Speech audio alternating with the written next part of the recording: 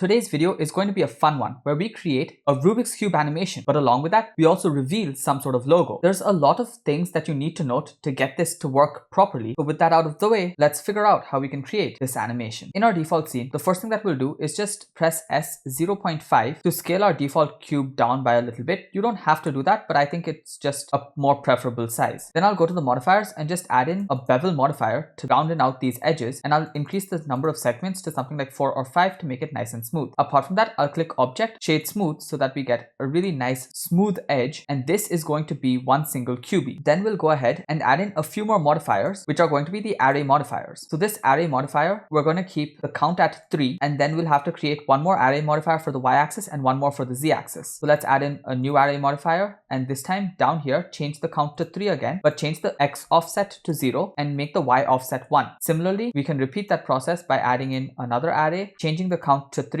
and then changing the z offset to 1 and changing this x offset to 0. Once you have that, you can go ahead and just apply these array modifiers, and you may or may not apply the bevel according to your preference, but in my case, I will just apply the bevel modifier as well. Then, before doing anything, make sure that you go to the object properties and change this mode from XYZ Euler to quaternion. This will allow the rotations to actually work properly and will get a seamless animation, which would not work if it's kept at any of the other rotation modes. Once you're done with that, go to Object, Set Origin, and choose Origin to Geometry. So the origin comes perfectly to the center, after which you can press Alt-G to clear location and bring everything to the center just like this. Once you're happy with that, press Tab to go into edit mode and tap A to select everything, and then change this from median point to individual origins, and then just tap S and just scale it down by the slightest amount so that there's a little tiny gap between every single one of these cubies. Once you're happy with the gap, make sure that you tap A and select everything and press Key and choose Separate by Loose Parts. So that way you'll have every single one of these cubes as individual cubes that can rotate and move by themselves, but the origin for every single one of the cubes is present right at the center of the cube. Now, to allow us to move this entire cube as one single object, we'll just add in an empty. I'll press Shift A and search for an empty plane axis and scale it up, and then I'll select everything. And to make sure that you are actually selecting everything, just switch on transparency and then select everything. After that, make sure you select this empty at the end again and press Ctrl P, set parent to object. So now when you take the empty and move it, everything should move along with the empty. Now we'll press 1 to go into our front view and press GZ to move it up and place it just on the base like that. So once we have that set, we can switch off transparency and start with the animation. So we'll set all of our animation defaults by going to our output properties, changing the frame rate to 30 frames per second, and frame I'm going to keep it at 300 so that it's a 10-second long loop. Output folder can be wherever you want it to be. File format FFmpeg video. Encoding will change from Matroska to MPEG-4, and video quality will keep at perceptually lossless. Then for the time being, we'll just hide our empty because we don't need it, and we'll switch on transparency so that every time we select all of the cubies that are present in a single side. So now let's press 1 to go into our front view. So in our front view, we'll tap A to select everything, and then tap I, rotation, so that all of them get a rotation keyframe. Then let's say it takes 15 seconds to make every turn. We'll go to frame 15 and just select everything on the right hand side. Then we'll press RX90 to rotate it by 90 degrees, and then we can tap I, rotation. Then let's say it just stays like that for 5 frames. So we'll go to frame 20, make sure we select everything again and tap I, rotation. Then 15 frames later, which is 35, we can maybe have a rotation on the top face. So let's select these, press RZ this time and choose 90, and then tap I, rotation. Then since everything has to remain like this for 5 frames, go to frame 40, select everything, and then press I, rotation. Now you don't have to do it only at these. You can change your orientation by pressing other things. So this takes me to my side view. Now I'll select these, which are actually the front faces when viewed from the front view, or they might be the back face. But essentially 15 frames later, press R. This time we're going to have to choose Y and then press 90 and then I, rotation. Again, 5 frames later, select everything, I, rotation. Now you can do this for every single different rotation that you want. You can make this as long and as complex as you want, but generally just a few of these rotations will make sure that it is fairly well mixed up. So it'll be really hard for people to tell how to solve it overall. But as soon as you finish doing all of the rotations that you wish to do, make sure that you go back to frame 0, switch off transparency, and just watch the animation to make sure that there's no random rotations or anything happening and everything looks smooth. After you make sure that everything is looking smooth, you can go ahead and set the animation for the empty as well. So let's unhide the empty, select it, and then let's say for the first 10 seconds, the cube stays on the ground. So we'll just tap I, location, rotation, and scale. Then let's say in the next 15 frames, the empty just goes up on the z-axis, and then we press I, location, rotation, scale. And now let's say that stays till frame 240. So we tap I, location, rotation, scale, and then in the next 15 seconds, we'll have it fall back down. So we'll just just press GZ and bring it back down, or we can take this keyframe over here, press Shift D and duplicate it till here. So now when you play the animation, it goes up, stays there, and then after frame 240 it comes back down. Now obviously we don't want the rotation to start off over here, we want the rotation to start after it moves up. So again, we'll just hide the empty, switch on transparency, select everything, and all the keyframes should arrive over here. Once we get the keyframes, just press G and just move it till the point where you want it to start rotation. So maybe I'll say at frame 40 it should start rotating. So now 10 seconds nothing happens and it goes up and then it starts rotating. Then it finishes by 160, and possibly instead of making it come down at 240, we can make it come down before that itself, such as on frame 180. So let's select the empty, unhide it, and just bring this keyframe back, and that should be fine. Maybe we can end the animation as well much earlier. So now to add in random motion to this particular empty, we're going to lift this up, tap A to select everything with just the empty selected, and then change this from the timeline to the graph editor. So once you switch it to the graph editor, all of the keyframes should be present, and you see we have keyframes for the X location, Y location, Z location, as well as for all of the Euler rotations and the scales as well. However, we don't require to add in noise to any of the scales or locations, so let's just hide all of these and just select all the 3 rotations. And then in this side panel over here, we can go to the modifier tab, and if the side panel is not present, you can tap N to bring it out, and then we'll choose add modifier and we'll choose noise. Now the noise is added to all 3 of the channels, but they're way too strong, and if you actually look at it, it just looks like it's vibrating like a mess. So we need to fix that. The first thing that we'll do is select the X rotation and just increase the scale to smoothen it out quite a bit. Then we don't need it to be this strong either, so we'll change the strength from 1 to something like 0.2, and then we'll just make the phase and the offset to some random values. Along with that, we don't want it to start rotating right from the start, so if you scroll down, you'll be able to see a restrict frame range option. Make sure that you check it and then expand this and have the start at frame, let's say 40, because that's when we reach the topmost position, and we can change the end to just before it starts coming down, which is at around frame 180. Now this blend in will allow us to slowly transition into having this noise. So we'll have a blend in of maybe 40 frames and a blend out of 40 frames as well. Now we have to repeat the same steps for the Y and Z rotations as well. So for the Y, increase the scale to something really large. Let's go with 170. We'll change the strength to 0.2, give it random offset and phase, restrict frame range, expand it, choose the start at 40, end at 180, and blend in and blend out to 40 as well. For the Z rotation, we'll do the same. So once you're done with that, you can go ahead and change this back from the graph editor to the timeline. Now we can switch off transparency and start with the actual materials. There's 2 ways in which you could deal with it. The first being where you actually create the material before you duplicate it, so that each face has its own material.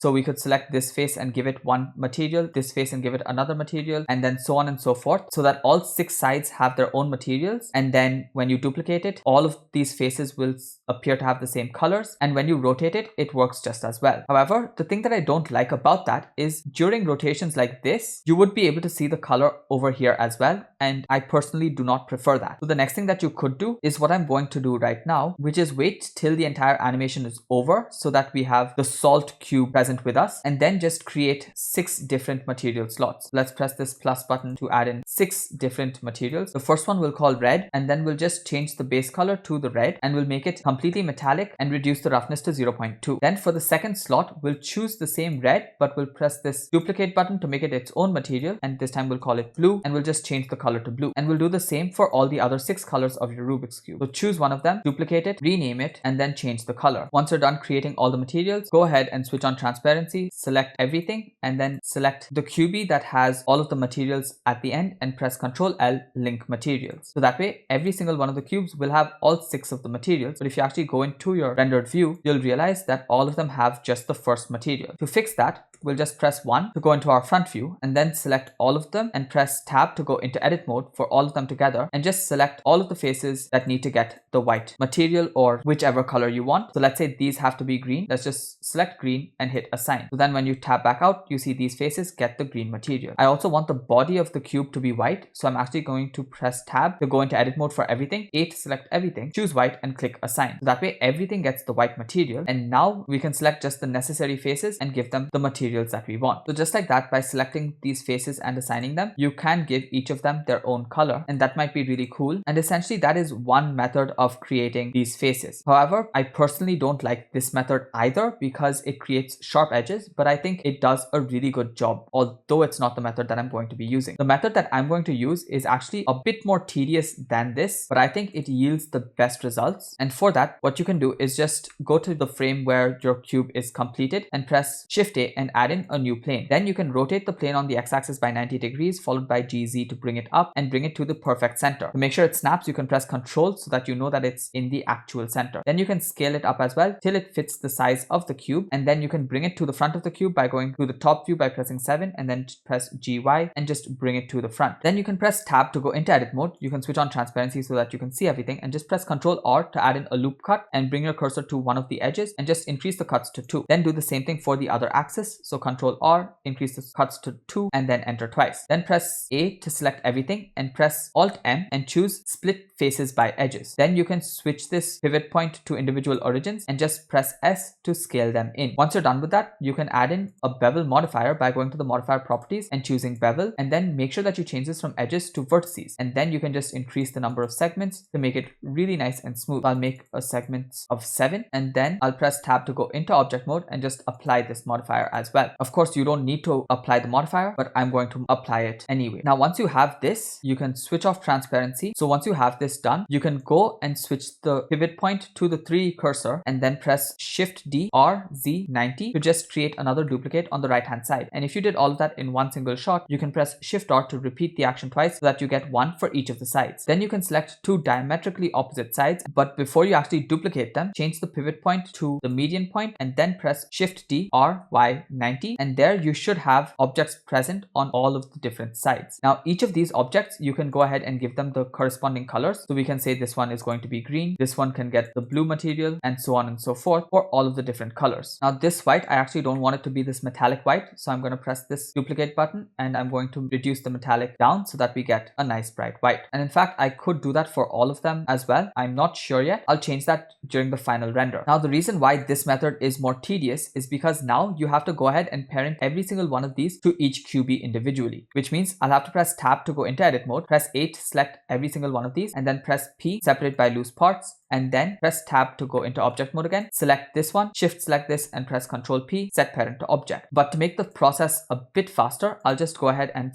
select all of the different faces and then press Tab to go into edit mode for everything together, 8 to select everything, and then P, separate by loose parts, and then Tab to go into object mode again. Now I'll select every single one of the faces that belong to this edge and then shift select the edge at the end, press Ctrl P, set parent to object. And then I'll do the same for this and the same for all of these, and then continue for every single one of these that have been created in this particular process. So once you're done with everything, if you go ahead and play the animation, you should have a Rubik's Cube that starts off completely jumbled randomly, and then it goes up and it solves itself by rotating quite a bit, and then once it's done, it comes back down. To make everything a lot better, we'll go to our world settings, change the background all the way to white, and then in our render properties, we'll switch on ambient occlusion and change the distance to maybe 0.5 meters. Apart from that, we'll switch on bloom and screen space reflections, and now everything should look a lot better than what it was previously. Now to create the actual logo animation as such, we'll go ahead and add in our logo. You could do this in multiple ways, but I'm going to use an image as our logo. So I'll have to go to my edit preferences, add-ons, and search for import images as planes. So in the add-ons tab, I'll search for import images as planes and make sure that this particular add-on is checked. And if it's checked, I'll go ahead and press Shift A and search for images as planes. And once you bring the image in, press Alt R to clear its rotation and press GZ to bring it up. Place it just above the cube and then scale it up so that it matches roughly with the dimensions of your cube. Once you're happy with that, again press 7 to go into your top view, press Tab to go into edit mode, and press Ctrl R to add in loop cuts. And for this, whichever axis is perfectly matching with the cube, you can add in 2 loop cuts there, but for the other ones, you can't just add in 2 loop cuts because it won't match up. So make sure you add 1 loop cut and press the left mouse button once and then just drag and place it in the correct position, and then press Ctrl R again and add in the second loop cut, place it in the right position, and then click your mouse once again. Now just like before, press A followed by Alt M and choose split faces by edges, and then press S to just scale them down. But if they're all scaling down together, make sure you change the pivot to individual origins and then scale them down by a bit, just so that they match up with the cubes. And then just like before, press tab to go into object mode and add in a bevel modifier to just make these sharp edges much more round. In the bevel modifier, you have to make sure that you choose vertices and then increase the number of segments quite a bit. And I'm also going to reduce the amount as well to maybe 0.05. And I can apply this, and just like before, I'm going to press tab to go into edit mode, A followed by P, and then separate by loose parts. Then select each of these and parent them to their own cubies by shift selecting the object followed by the actual cubie, and then Control P, set parent to object. Once you're done, you should have an animation where it starts off completely jumbled along with jumbled sections of your animation in random places, and then as the cube unscrambles, your logo slowly forms on top. Now if you want your logo to appear at the bottom or in front, what you could do is this particular keyframe, instead of having it just move down, you can actually rotate it on the x-axis by 90 degrees, and that way it'll come in front as well. Then you can press I, location, rotation, scale, and that way it forms on top, but then it lands down like that. Next, you would greatly benefit from a ground plane. So I'll press Shift A and search for a mesh plane, and I'll just scale it up to act as our ground. To make the ground nice and reflective, we can go ahead and change our render properties and add in a new material in the material properties. And for this one, just reduce the roughness down to 0, and that way you'll get really nice reflections. Then for the placement of the camera, I'll just select it, press Alt G and Alt R to clear location and rotation, followed by RX90 and then GZ and GY. Then I'll press 0 to go into my camera view and continue to move on the different axes till I place it to a position that I like. I also think that I don't want the base white color to actually be white, so I'm going to change this to a black, and I think that just suits the Rubik's Cube feel a lot more. I'll also reduce the metallicness down to 0, and I think I'll do that for all of the colors as well. Now in my camera view, to control the camera, I'll just add in an empty. So I'll press Shift A and search for an empty, and this time I'll make it a sphere. And to actually see the empty, I'll switch on overlays, and now the empty is hidden behind the cube, so I'll just scale it up so that it can be seen. Then I'll select my camera, shift select the empty, and press Control P, set parent to object. Now on frame 0, I'll press I, location, rotation, scale, and then since the cube starts lifting at frame 11, on frame 11 we'll press I, location, rotation, scale, and the cube lifts till about frame 40. So on frame 40, we'll just rotate it on the x-axis till we come to a fairly top view, and then I'll just make sure that my cube is centralized, and to zoom in and zoom out, I'll scale the empty up and down. So once I have a desirable position, I'll press I, location, rotation, and scale. Then I'll shift D to duplicate this till the point where the cube starts coming down, and that's at frame 180. So I'll just grab this till frame 180, and then I'll duplicate this to help it go down in another 15 frames, and that should be it for the actual animation of the camera. Since the cube's coming out, I'm just going to play around with the keyframes. You could always play around with adding in more keyframes and smoothing out the curve, or you can change the Bezier shape in the graph editor, but for now I'm just going to play around with the keyframes. Now in case you want your final logo to be present at the end without any of these serrations present, what you could do is press Shift A and search for another image as plane and import the same image, and then press this duplicate button to make it its own material, and then just press GZ to bring it up just like before till it's perfectly in the center. If you're unable to get it to the center, press 1 to go into your front view so that you get more precise control, and just bring it up. Then scale it up till it's the size of your previous logo, and then press 7 to go into your top view, GY to bring it front, and bring it just in front of the previous logo image. Scale it and position it till it's matching up the best, and once you're happy with it, switch over to the shader tab. Over here, what we're going to do is we're going to mix between the actual image and a transparency by using a mix shader. So press Shift A and search for a mix shader, and for the second shader, press Shift A and search for a transparent BSDF, and then click and drag from the junction of these two windows to create a new window, and then change it from the shader editor to the timeline. Now let's say we wanted to switch from this version to the original version just as it lands, so it's appearing to land between frame 194 to 196. So on frame 194, we can keep the factor all the way at 1 so that it's completely invisible, and just tap I while hovering over the factor. Then on frame 196, we'll change the factor to 0 so that it's completely visible, and we'll tap I so that there's a new keyframe. Similarly, we're going to require the previous image to disappear, so select